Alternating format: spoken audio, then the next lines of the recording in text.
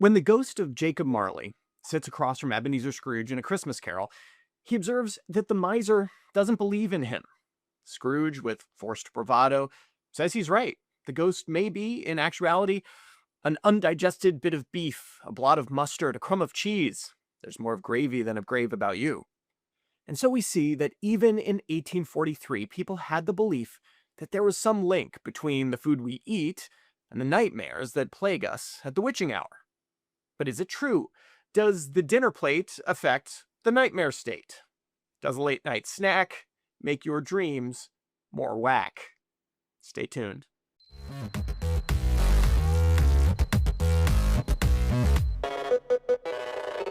The inspiration for today's little reverie is this perplexingly entitled study appearing in Frontiers in Psychology.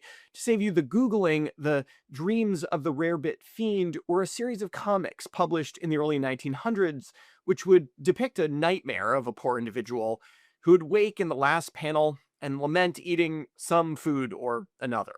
Rarebit is a cheese on toast dish, which, if you've never had it, can still be found at Maury's here in New Haven.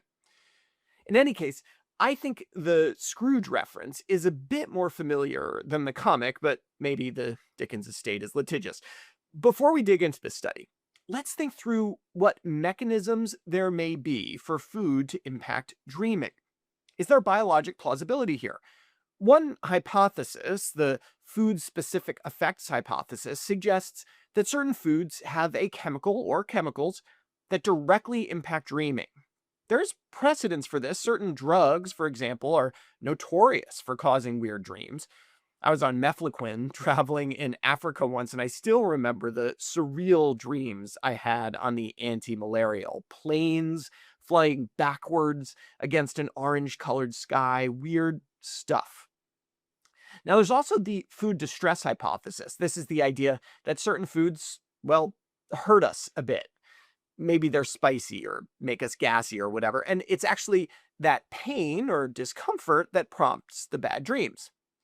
Finally, we have the sleep effects hypothesis, which is the idea that certain foods decrease the quality of our sleep, like coffee or alcohol, and that poor sleep quality predisposes to bad dreams. Okay, so we have a number of ways that it is plausible that food may impact your dreaming. But does it? To try to figure this out, the researchers conducted a fairly detailed survey study. Over 1,000 individuals, mostly undergraduate students, mostly women, were surveyed. While they were overall relatively healthy, 13.8% reported a medical condition and 17.1% a psychiatric condition.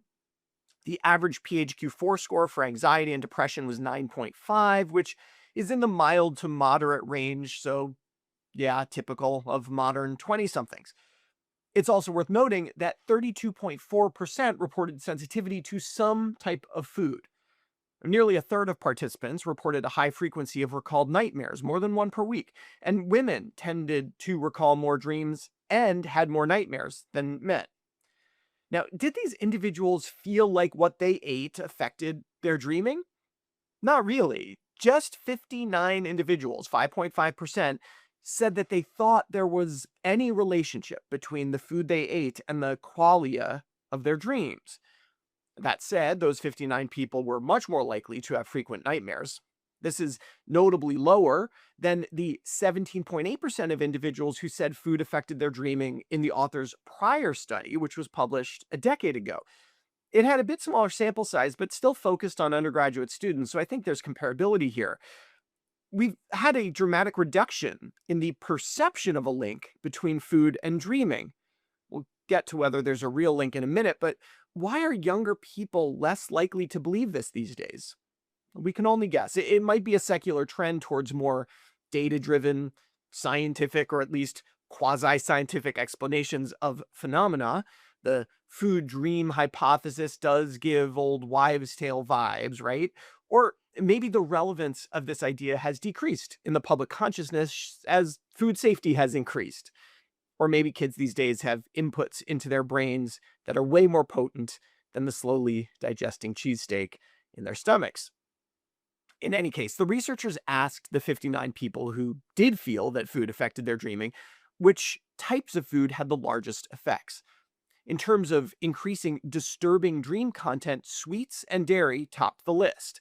In terms of leading to more pleasant dreams, fruit, vegetables, and herbal tea were up there. The fact that there was some consistency here does lend modest support to the food specific effect hypothesis. Maybe there's some chemical in dairy foods that gives you bad dreams. If so, Liz Lemon should not be working on her night cheese. And for the three of you who get that reference, I salute you. What about the food distress hypothesis? I think the data is a bit stronger here. People who were lactose intolerant, for instance, had a higher frequency of nightmares, even if they didn't consciously believe that food intake affected dreaming. When the authors dug down into that association, they found that controlling for gastrointestinal symptoms eliminated the observed relationship. In other words, the data suggests that the reason people who are lactose intolerant have more nightmares is because people who are lactose intolerant have more GI upset. This is decent evidence for that food distress hypothesis. Now, finally, that sleep effects hypothesis. Well, lactose intolerance was associated with worse sleep, but a lot of that effect was mediated through GI upset. So it seems to me that if there is any relationship between food and dreaming, it's probably due to the distress that some food causes you as you're sleeping. Which means, of course, that Scrooge was right. A bit of underdone potato can lead to visions of fettered apparitions chastising you for the chains you forge in life. And though it ended up working out for old Ebenezer, I think most of us would like to avoid nightmares, if possible. In addition to the suggestion that food sensitivities can worsen nightmares, the researchers found that nightmares were more common among people who frequently ate late at night and those who had underlying medical or psychiatric conditions. In brief, there might be some wisdom contained in the old wives' tales. For a restful and ghost-free night's sleep, it's likely best to slumber without a full belly and to avoid those foods that, for you, cause distress. As for Dickens, he was famously an insomniac, spending long nights walking the streets of London. Now, staying wide awake all night also avoids nightmares, but I wouldn't recommend it. For Medscape, I'm Perry Wilson.